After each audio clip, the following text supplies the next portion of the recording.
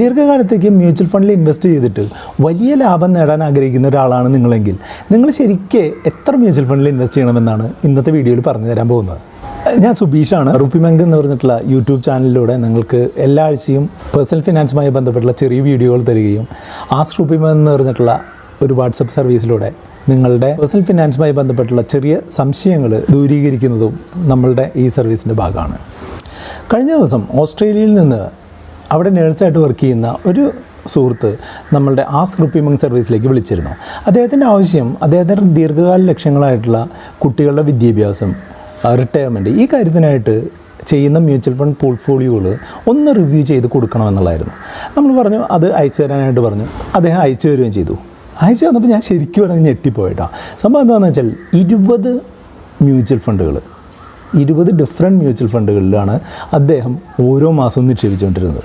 ഞാൻ ശരിക്കും അത്ഭുതപ്പെട്ടു പോയി. എന്നിട്ട് അദ്ദേഹത്തോട് ചോദിച്ചു, എന്താണ് ഇത്രയധികം മ്യൂച്വൽ ഫണ്ടുകൾ ഒരുമിച്ച് എടുത്തിട്ടുള്ളതെന്ന് ചോദിച്ചു. അപ്പോൾ ആൾ പറഞ്ഞതെന്ന് വെച്ചാൽ പല സമയത്ത് പലതായിട്ടങ്ങ് എടുത്തതാണ്. ചിലത് കൂട്ടുകാർ പറയും, ചിലത് മറ്റുള്ളവർ പറഞ്ഞു തരും, ചിലത് പേപ്പറിൽ വായിച്ചിട്ട് ചെയ്യും.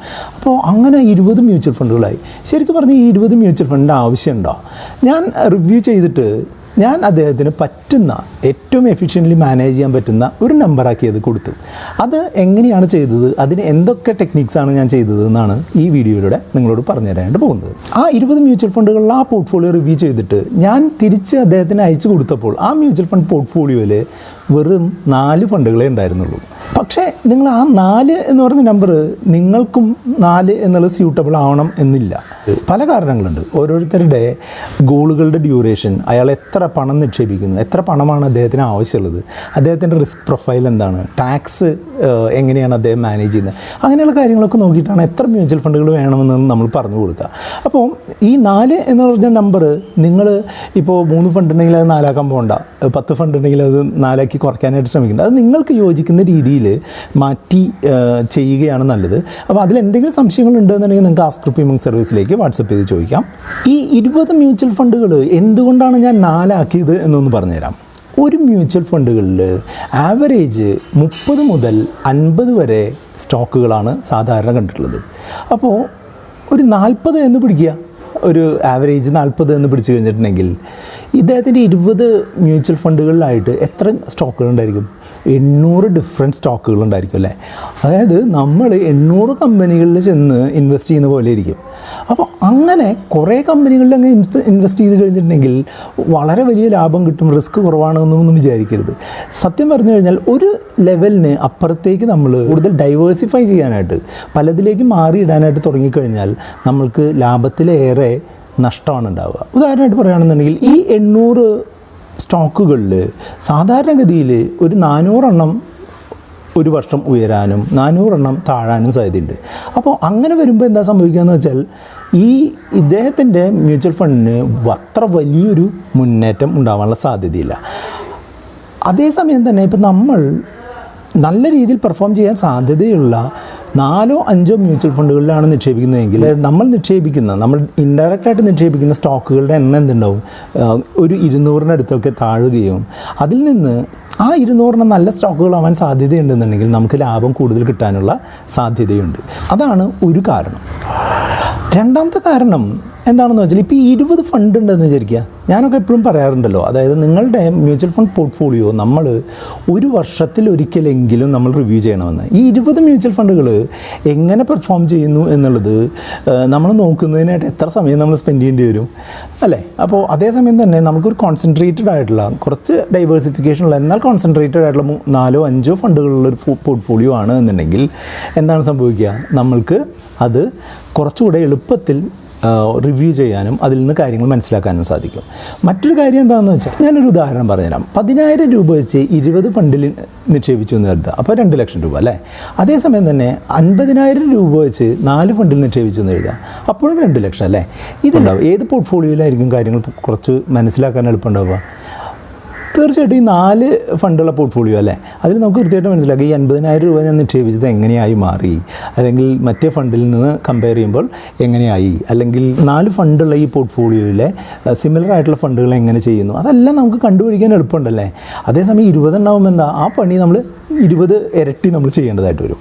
അതുകൊണ്ട് ആ ഒരു ഫാക്ടറും കൂടെ കൺസിഡർ ചെയ്തിട്ടാണ് നമ്മൾ എല്ലാവരോടും മിനിമം ഫണ്ടുകൾ മാത്രം നിങ്ങളുടെ പോർട്ട്ഫോളിയോയിൽ നിലനിർത്താനായിട്ട് പറയാറുള്ളത്. നമ്മൾക്കിപ്പോൾ ഒരു 4 ഫണ്ട് മാത്രമേ ഉള്ളൂ എന്നുണ്ടെങ്കിൽ നമ്മൾക്ക് അതിൻ്റെ മൊത്തത്തിലുള്ള പെർഫോമൻസ് എങ്ങനെയാണ്, അതിൻ്റെ തുടർന്നുള്ള ഫണ്ടുകൾ എങ്ങനെയാണ് പെർഫോം ചെയ്യുന്നത്, അല്ലെങ്കിൽ അതുമായിട്ട് ബന്ധപ്പെട്ടിട്ടുള്ള മറ്റു ഫണ്ടുകൾ എങ്ങനെയാണ്, അതിൽ നിന്നൊക്കെ നമുക്കൊരു എളുപ്പത്തിൽ തീരുമാനം എടുക്കാൻ പറ്റുമല്ലേ. നിങ്ങൾക്ക് ആ കാര്യം ശരിക്കും മനസ്സിലായിട്ടുണ്ടെങ്കിൽ ഈ വീഡിയോ ലൈക്ക് ചെയ്തൊന്ന് മുന്നോട്ട് പോയിക്കോളൂ. അപ്പോൾ നിങ്ങൾ ചോദിക്കും, അങ്ങനെയാണെന്നുണ്ടെങ്കിൽ 4 ഫണ്ടോ അല്ലെങ്കിൽ 1 ഫണ്ടോ 2 ഫണ്ടോ ഒക്കെ പോരെയെന്ന്. ഈ 1 ഫണ്ടും 2 ഫണ്ടോ ഒക്കെ ആക്കിയാൽ അതിൻ്റേതായിട്ട് റിസ്ക് ഉണ്ട്, മനസ്സിലായില്ലേ.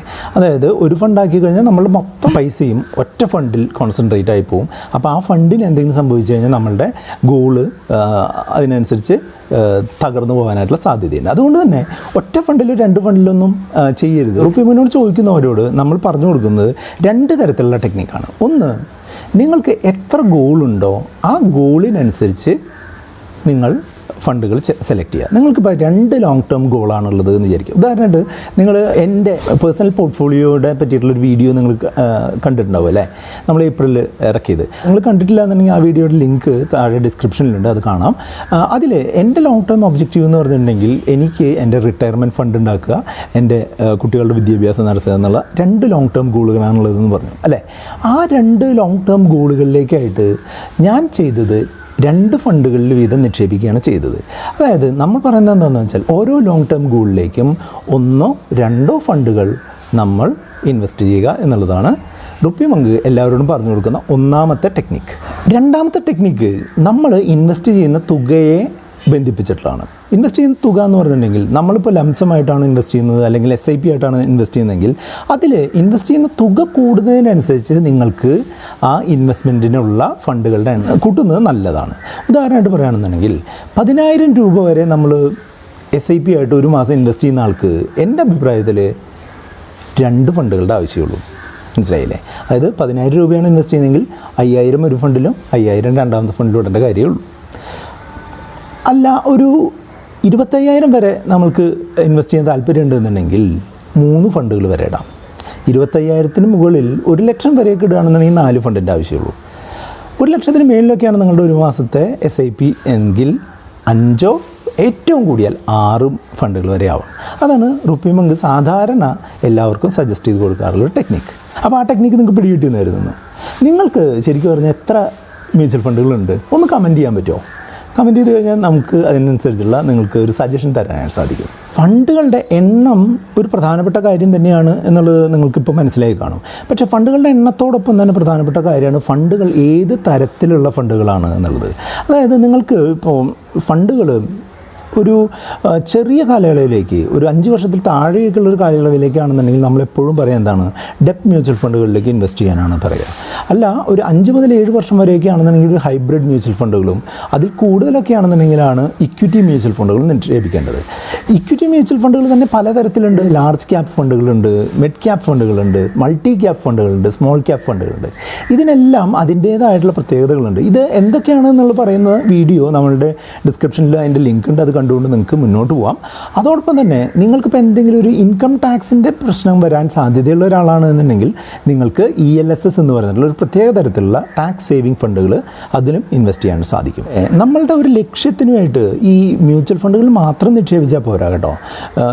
മ്യൂച്വൽ ഫണ്ടുകൾ എന്ന് പറഞ്ഞാൽ ഓഹരി അധിഷ്ഠിതമായിട്ടുള്ള കാര്യമായതുകൊണ്ട് തന്നെ ഓഹരി കമ്പോളം അല്ലെങ്കിൽ സ്റ്റോക്ക് മാർക്കറ്റ് ഇടിയുന്നതിനനുസരിച്ച് നമ്മൾക്ക് അതിനനുസരിച്ച് നഷ്ടങ്ങൾ ഉണ്ടാവാൻ സാധ്യതയുണ്ട്. അതുകൊണ്ട് നമ്മളെപ്പോഴും പറയാൻ എന്താണെന്ന് വെച്ചാൽ ഒരു ബാലൻസ് നിലനിർത്തണം എന്ന് പറയും. അതായത് മ്യൂച്വൽ ഫണ്ടുകളിൽ നിക്ഷേപിക്കുന്നതിൻ്റെ ഒപ്പം തന്നെ ഫിക്സഡ് ആയിട്ടുള്ള ഇൻകം കിട്ടുന്ന FDകളിലോ RDകളിലോ NCDകളിലോ ഒക്കെ നിക്ഷേപിച്ചുകൊണ്ട് ആ ഒരു ഇൻവെസ്റ്റ്മെൻറ്റ് നമ്മൾ ബാലൻസ് ചെയ്യേണ്ടത് വളരെ ഇമ്പോർട്ടൻ്റ് ആണ്.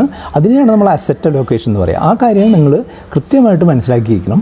ടാക്സ് സേവ് ചെയ്യുന്ന മ്യൂച്വൽ ഫണ്ടുകളെയും അതോടൊപ്പം തന്നെ മ്യൂച്വൽ ഫണ്ടുകളുടെ ടൈപ്പുകളെ പറ്റി പറയുന്ന ഈ 2 വീഡിയോകളിൽ ഒരെണ്ണം കണ്ടുകൊണ്ട് നിങ്ങൾക്ക് മുന്നോട്ട് പോകാം. നിങ്ങൾക്ക് പേഴ്സണൽ ഫിനാൻസുമായി ബന്ധപ്പെട്ട എന്തെങ്കിലും സംശയങ്ങളുണ്ടെന്നുണ്ടെങ്കിൽ RupeeMonkൻ്റെ ഈ വാട്സപ്പ് നമ്പറിൽ നിങ്ങൾക്ക് കോൺടാക്ട് ചെയ്യാം. അതോടൊപ്പം തന്നെ RupeeMonk ചാനൽ നിങ്ങൾക്ക് ഇഷ്ടപ്പെട്ടെന്നുണ്ടെങ്കിൽ നിങ്ങൾക്ക് ചാനൽ സബ്സ്ക്രൈബ് ചെയ്യാം, കൂട്ടുകാരെ കൊണ്ട് വീഡിയോസ് ഷെയർ ചെയ്യാം.